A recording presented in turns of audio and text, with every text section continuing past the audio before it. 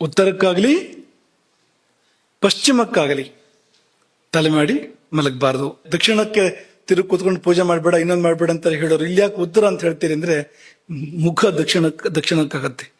ಉತ್ತರಕ್ಕೆ ತಲೆ ಮಾಡಿ ಮಲಗಿದ್ರೆ ದೃಷ್ಟಿ ಮುಖ ದಕ್ಷಿಣಕ್ಕೆ ಹೋಗ್ತಾ ಇರುತ್ತೆ. ಆ ಕಾರಣಕ್ಕೋಸ್ಕರವಾಗಿ ಆ ಮಾತದು. ಹಾಗಾಗಿ ನೋತ್ತರಾಪರ ಶಿರಾಹ ಪ್ರಾಕ್ಷಿರಶೇನೆ ವಿದ್ಯಾ ಧನಂ. ನೀವು ಪೂರ್ವಕ್ಕೆ ತಲೆ ಮಾಡಿ ಮಲಗಿದ್ರೆ ಸಂಪತ್ತು ಬರ್ತದೆ ನಿಮ್ಗೆ. ಯಾಕೆ ಬಿಡ್ತೀರಿ? ಅನಾಯಾಸವಾಗಿ ಬರುವಂಥದ್ದು, ಮಲ್ಕೊಂಡು ಬರುವಂಥದ್ದು. ಯಾಕೆ ಬಿಡ್ಬೇಕು ನೀವು? ಪ್ರಾಕ್ಷಿರಶೇನೆ ವಿದ್ಯಾ ಧನಂ, ಸಂಪತ್ತು ಪೂರ್ವಕ್ಕೆ ತಲೆ ಮಾಡಿ ಮಲಗಿದ್ರೆ, ದಕ್ಷಿಣಕ್ಕೆ ತಲೆ ಮಾಡಿ ಮಲಗಿದ್ರೆ ಆಯುಸ್ಸು.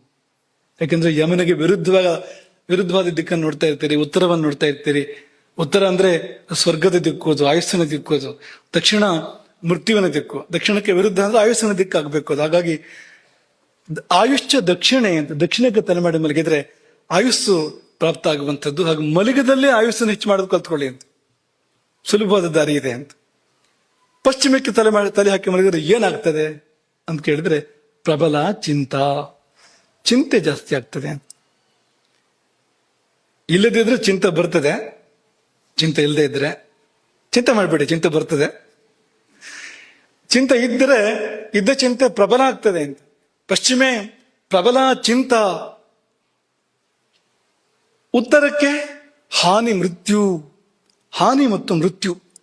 ಇದು ಉತ್ತರಕ್ಕೆ ತಲೆ ಮಾಡಿ ಮಲಗಿದಾಗ ಆಗುವಂಥದ್ದು. ಹಾಗಾಗಿ ದಿಕ್ಕಿನ ಬಗ್ಗೆ ಎಚ್ಚರವನ್ನು ವಹಿಸಬೇಕು. ಗರ್ಗರು ಒಂದು ಸ್ವಲ್ಪ ವಿಶೇಷ ಹೇಳಿದ್ದಾರೆ. ಅವರೇನು ಹೇಳ್ತಾರೆ ಅಂದ್ರೆ, ನಿನ್ನ ಮನೆ ಆದ್ರೆ ಪೂರ್ವಕ್ಕೆ ತಲೆ ಹಾಕಿ ಮಲಗು, ಸ್ವಗೃಹೇ ಪ್ರಾಕ್ಷಿರಾಶ್ಯತೆ.